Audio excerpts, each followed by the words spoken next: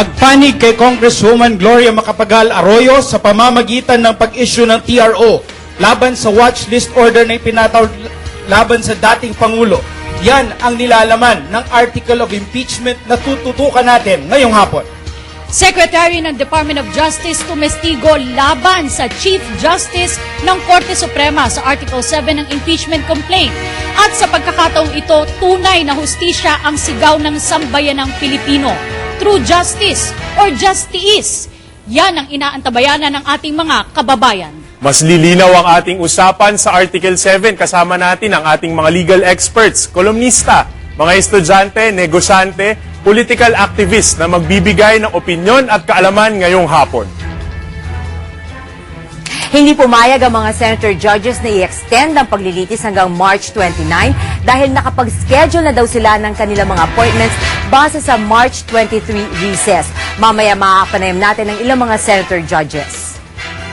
Luzon, Visayas at Mindanao, tara na at tumutok para maintindihan ng lalo itong Article 7 ng Articles of Impeachment dito sa programa Ang paglilitis, katarungan para sa bayan.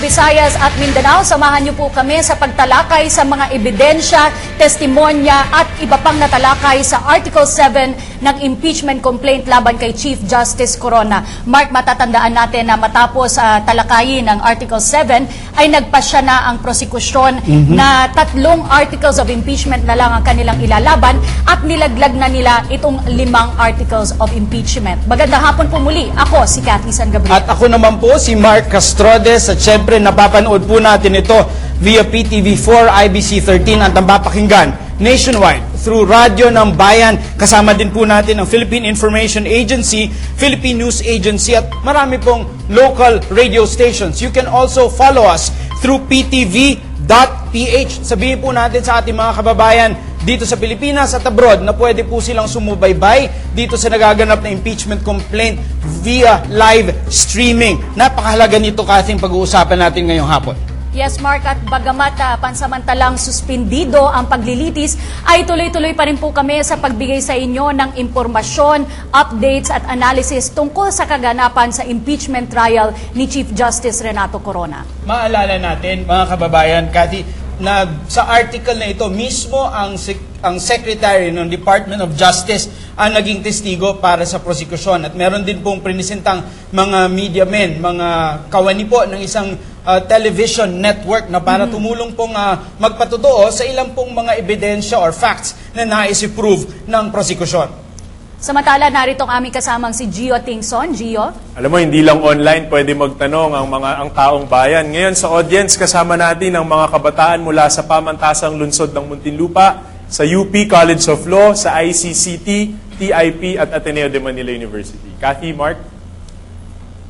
Temporary Restraining Order o TRO ng Korte Suprema sa pag-alis sa bansa ni dating Pangulong Gloria Arroyo ang issue sa artikulong tampok natin ngayong hapon, Mark. At malaki daw ang ginawang aksyon o naging impluwensya ng punong mahistrado para mag-release ng TRO ang Korte Suprema. Ano po kaya ang implikasyon nito sa ating bansa? Ano po ang itong implikasyon sa ating judicial system? At syempre, maintindihan po natin kung anong naging epekto nitong kaganapan nitong 1 month and a half ng lalo. Pero bago natin puntahan yung ating mga panauhin sa araw na ito, Kathy, puntahan po muna natin, panoorin po natin itong VTR na ihanda ng aming kasamang si Veronica Baluyot Jimenez para lalo nating maintindihan itong article na ito. Sa Article 7 ng impeachment case laban kay Chief Justice Renato Corona, inaakusahan siya ng pagkiling kay dating Pangulong Gloria Macapagal Arroyo. Ipinakita niya umano ito sa pag-issue ng temporary restraining order sa whole departure order ng mag-asawang Arroyo para makatakas sa mga ito laban sa prosekusyon. Sang-ayon sa Article 7, pinagtaksilan umano ni Corona ang tiwala ng publiko sa kanya. Ito ang inilahad sa testimonya ni Justice Secretary Laila De Lima. Po life-threatening yung kondisyon ng dating Pangulo at wala rin pong medical necessity na kung anuman ang pangangailangan ng dating Pangulo ukol sa kanyang kalusugan, yung kanyang complaint. Nagpa-opera ho kasi siya sa months ago, ay pwede daw hong matugunan dito sa ating bansa ng ating mga local doctors. Humarap din sa witness stand si Dr. Juliet Gopez Cervantes, ang main attending physician ni dating Pangulong Arroyo. Inilahad ni Cervantes ang tunay na kalagayan ni Arroyo sa pamamagitan ng isang medical certificate na kanyang isinumiti. Tumestigo din ang administrative officer ng Office of the Vice President na si Emma Abanador. Pinatotohanan niya ang pagtatrabaho ni Corona kay Arroyo nang siya ay vice-presidente pa lamang. Tumestigo naman ang dalawang cameraman ng ABS-CBN na sina Edmond Losalia at Danilo Piedad. Ipinakita ni Losalia ang video na nakunan niya sa press conference na isinagawa ni Supreme Court spokesperson Maidas Marquez ukol sa TRO na inisyu ng Korte Suprema. Lumabas sa kanyang testimonya na inanunsyo ni Marquez ang TRO bago pa man ito ipinalabas ng Korte Suprema. Ipinakita din ang pagbabayad ng piyansa ng 2 milyong piso para sa mga Arroyo ng kanilang abogado na si Ferdinand Topacio. Sinecheck po namin ang audio. So, yung po sa pag-monitor namin ng audio na habang nagsasalita si Attorney Maidas Marquez, doon ko po narinig na may binanggit siyang TRO. So baka pwede yung pong TRO na binabanggit ninyo, nalaman ninyo lamang samantalang nagsasalita na. Opo. Nagpe-press conference na si Mr. Marquez. Yes po. Inilahad naman ni Piedad ang pagkuha niya ng video ng pagdating ni Arroyo sa Ninoy Aquino International Airport noong November 15, 2011. Pinatotohanan naman ng video librarian na si Rochelle Inoncilio Mendez ang 7 DVD na naglalaman ng video coverage ni Losalia at Piedad. Ang Article 7 ang huling artikulo na tinalakay ng prosekusyon dahil napagpasyahan nilang i-abandona na ang 5 pang natitirang articles of impeachment. Sa puntong ito ay tinapos na ng prosecution panel ang kanilang pagpresinta. Mula dito sa Senado, ako po si Veronica Baluyot Jimenez. Kaloko-loko na to. Maraming salamat dyan sa ulat ni Veronica Baluyot Jimenez at para maintindihan pang lalo ng ating mga kababayan at nating lahat itong Article 7 ng impeachment complaint ay marami tayong mga panauhin ngayon para bigyan linaw at talakayin itong iba't ibang mga issue tungkol dito sa artikulong ito. Malaki po ang epekto ng articles of impeachment na ito. Malaki po ang epekto ng impeachment trial na ito sa ating bansa. At siyempre, kailangan lahat ng boses ay ating marinig. Ngayong araw, Kathy, mukhang nanggagaling sa isang malaking sektor na napakahalaga sa ating bansa ang kanilang pinanggalingan. At ang una nating panauhin ay isang matatawag nating political activist, social change advocate at talagang medyo kilalang kilala lalo na po ng mga sumusubaybay sa social networking sites at new media. Let us welcome to the show, siya po ang kilala sa pangalan na Juana Change aka May Paner. Magandang hapon po. Ayan, hindi po siya isa sa mga estudyante natin ngayon. Siya ang tatanong, pero tatanungin natin siya maya-maya lamang, Mark. Samantala, kasama rin po natin si Mr. Joel Ramos, isang marketing executive. Magandang hapon po. Good afternoon to everyone. Good afternoon, Philippines.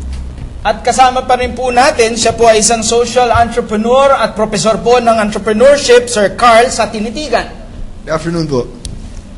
At siya po ay dating tagapagsalita ni dating Pangulong Cory Aquino at syempre isang kilalang kolumnista, Miss Didi Sitangco.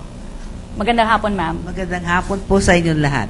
At dahil importante pong balanse po tayo, lalo na po sa mga usaping legal, kasama pa rin po natin ang ating resident legal counsel, legal expert, Attorney Jen Atienza. Good afternoon po. And kasama rin natin para naman bigyan tayo ng ideya kung anong impact nitong impeachment trial sa economic climate at business climate ng ating bansa. Kasama natin Mr. Jesus Aranza, ang presidente ng FPI. At finally, kasama... Magandang hapon po sa inyo. Maraming salamat po for coming, Mr. Aranza. At syempre, sila po ay nag-a-advocate na lumago ang pagnenegosyo sa ating bansa at dumami pa po ang mga negosyante from the Colayco Foundation. Siya po ay isang financial consultant, Sir Arman Benco. Yes, at magandang araw sa lahat ng tagapanood. Okay.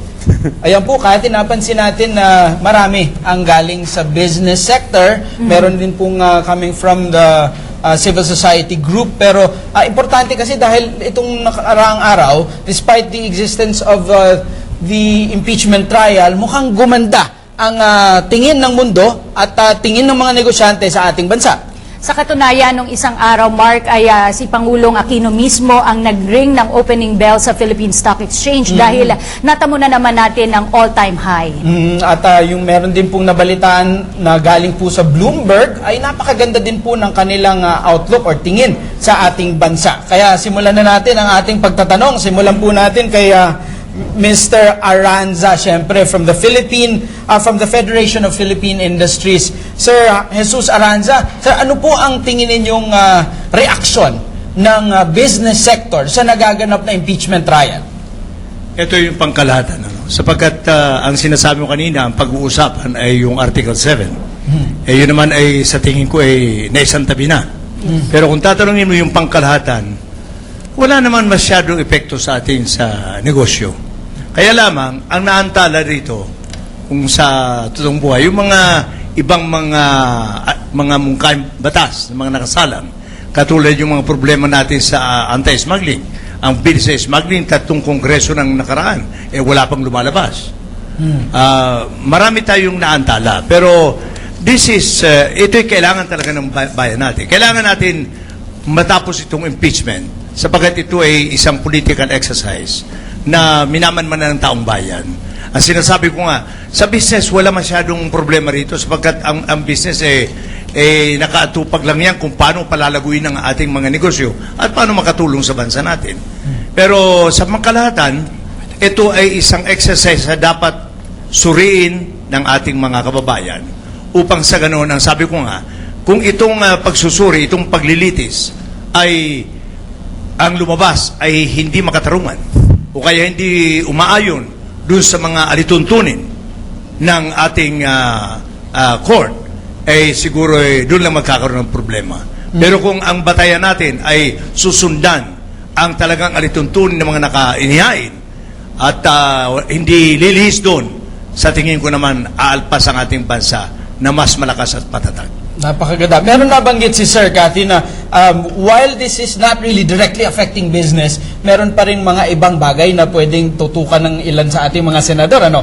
At yan nga ang gusto nating malaman mula kay Attorney JJ kasi pinag-uusapan na kanina nga ay may update si Nikki tungkol dito sa pag-schedule ng trial dahil gusto nga nila matapos ito before March 23 when they go for a break. Nagsabi na po ang ating mga mambabatas na hindi nila gagawing whole day ito kasi maaantala ang kanilang legislative work. Ano po nga opinion nyo? Anong masasabi nyo tungkol dito sa naging panibagong schedule? Sa totoo lang, maganda itong ginawa ng Senado na binawi nila na gawing whole day ang hearing na ito. Bakit? Kasi nga, primary work pa rin nila ay ang gumawa ng legislation o ng batas para sa atin. Tandaan natin yung sinabi na ating isang guest the other day, si Miss Dana, yung ating blogger, na paano na lang yung mga nakabinbin na for approval na. Kagaya na lang no RH bill. So, I suppose nakita rin ito ng Senado. Pangalawa, hindi talaga feasible na mag-hearing ka ng buong araw dahil may mga witnesses na hindi rin available malamang for that day. Kaya magandang move na ito ng Senado. Gusto ko itanong kay Ma'am Didi dahil itong usapin ng